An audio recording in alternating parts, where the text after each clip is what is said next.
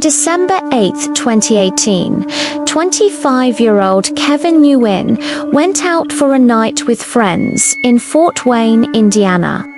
He was last seen around 2 a.m., leaving a bar in the city's downtown area. After that, he vanished without a trace. Surveillance cameras captured Kevin walking alone down Jefferson Boulevard. It was cold, dark, and there were few people around, but nothing in the footage suggested he was in danger. He wasn't running, he didn't look distressed, and then he was gone. Kevin's phone stopped transmitting shortly after. There were no more pings, no unusual activity on his accounts. His family, friends, and authorities launched an extensive search using dogs, drones, and divers. The river nearby was searched multiple times, but no sign of Kevin was ever found. No witnesses, no evidence. Not even a piece of clothing. The only clue that surfaced came from an anonymous post online, someone claiming Kevin had been involved in an altercation earlier that night. But police were never able to verify the information, and the post disappeared shortly after it gained attention. Kevin Nguyen was born in Vietnam and moved to the US with his family as a child. He was quiet, responsible, and had no history of disappearing or getting into trouble. The idea that he simply walked away from his life doesn't add up. Nearly 5 years later, his case remains open. No suspects, no confirmed sightings, just unanswered questions and a family still waiting for answers. In 2002, 12-year-old Michaela Lawrence received the kind of news no child should ever hear. Her father had died in a terrible car accident. The crash was violent, and the body inside the vehicle was so badly damaged that the family was advised to have a closed casket funeral. Devastated but accepting, they said their goodbyes and tried to move on. But then, something strange started happening. A few weeks after the funeral, a small package arrived at the Lawrence home. It was addressed to Michaela, no return address. Inside was a small decorative clock. It wasn't expensive or flashy, but Michaela's mother immediately recognized it. It had belonged to her husband. Not one like it, the exact one. Weeks later, another package arrived, this time an antique stopwatch from the 1950s. Again, something the family had once owned and something that should have been locked in a safe, untouched. No one had been in that room. Then came Michaela's 13th birthday. A final envelope arrived, this time a card. A birthday card signed Love, Mum and Dad. Her mother froze. She recognized the card, and even more chilling, she recognized the handwriting. It was the same card her husband had given Michaela years before. Somehow, it had come back. When the mother tried to open the bedroom safe where many of these personal items had been stored, the combination no longer worked. She contacted the police, but with no signs of forced entry or a crime, there was little they could do. They advised her to install cameras, nothing more.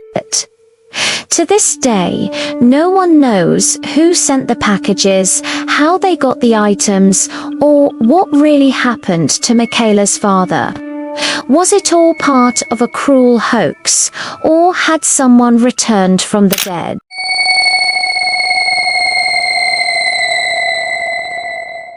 In June of 2006, Frock Liebs, a 21-year-old nursing student living in the town of Paderborn, Germany, vanished without a trace after a night out with friends. That summer, Germany was hosting the World Cup, and on the night of June 20th, Frock went to a local Irish pub to watch a match. Her mother had dropped her off around 9 p.m., and friends later said she was in good spirits. At some point during the night, her phone battery died. She borrowed a friend's battery to send a few final texts, and returned it before leaving the pub just before 11 p.m. It was a short walk back to her apartment, just over a mile, but Frock never made it home. At 12:49 a.m., her roommate received a text from her phone. It simply said she'd be coming home late. The next day, she didn't show up for work. She didn't come home, and when no one could reach her, her mother reported her missing. Then things got even stranger. Over the next several days, Frock's phone was used to make 5 brief calls, all in the evening. She spoke with her roommate, sometimes hinting that she'd be home soon, but refusing to say where she was. In the final call, made while her sister was present, she was asked directly, "Are you being held against your will?" Frock responded yes, then quickly changed her answer. "No," she said louder, then the line went dead.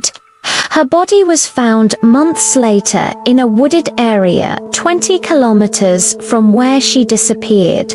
The cause of death was never determined. Investigators believe she was alive for at least part of the time she was missing, possibly being moved around in a car during the calls. But who took her, and why allow her to make contact at all? To this day, the disappearance and death of Frock Liebs remain unsolved. Jack Wheeler was a respected man, a military veteran, a senior government advisor, and one of the key figures behind the creation of the Vietnam Veterans Memorial in Washington, D.C. He had served in multiple administrations and held powerful positions across the country. But in December of 2010, something happened to Jack Wheeler that no one has been able to explain. On December 28th, Jack was seen arriving in Wilmington, Delaware, after taking an Amtrak train. Over the next 2 days, he was spotted several times disoriented, wearing only one shoe and without his briefcase. Surveillance footage showed him wandering through parking garages and office buildings. In one clip, he asks a security guard for help, but appears confused and possibly afraid. On December 31st, his body was discovered by a landfill worker, dumped onto a heap of trash at the Cherry Island landfill. Authorities determined that his body had been picked up by a garbage truck servicing industrial bins in Newark, miles from where he was last seen. The autopsy revealed blunt force trauma. His death was ruled a homicide. But how he ended up in a dumpster where he had been between sightings, and why a man with such a secure background would end up dead in such a public, brutal way, remains a mystery. Strangely, just before his disappearance, Jack had reported a break-in at his home. He'd told neighbors he suspected someone was trying to steal sensitive documents. Some theorized he was suffering from paranoia or mental decline. Others believe he may have uncovered something he wasn't supposed to see. To this day, there are no suspects, no clear motive, and no answers. What really happened to Jack Wheeler in those final hours? And who wanted him dead?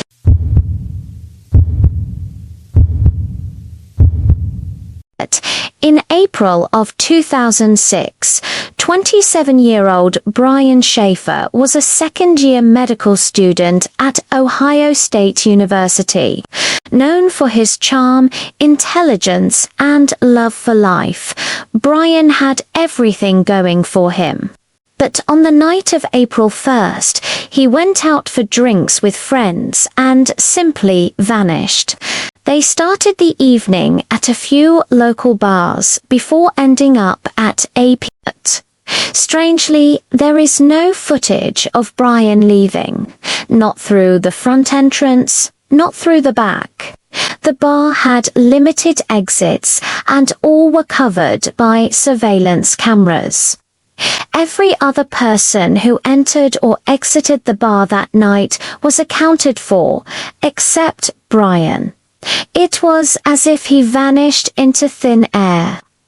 At first, friends assumed he had gone home or left without telling them.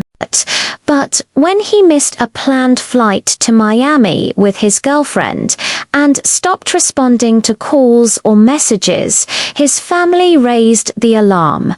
Police launched a full investigation. No signs of a struggle, no blood, no trace. Then, weeks later, something strange happened. Brian's phone rang. It didn't go straight to voicemail. It rang 3 times. A cell tower briefly pinged in a nearby suburb, but no one answered, and it never rang again. To this day, there are no answers, no confirmed sightings, no body, and no explanation. How does someone walk into a bar and never walk out? Brian Shaffer's disappearance remains one of the most baffling modern mysteries, and perhaps the perfect vanishing act.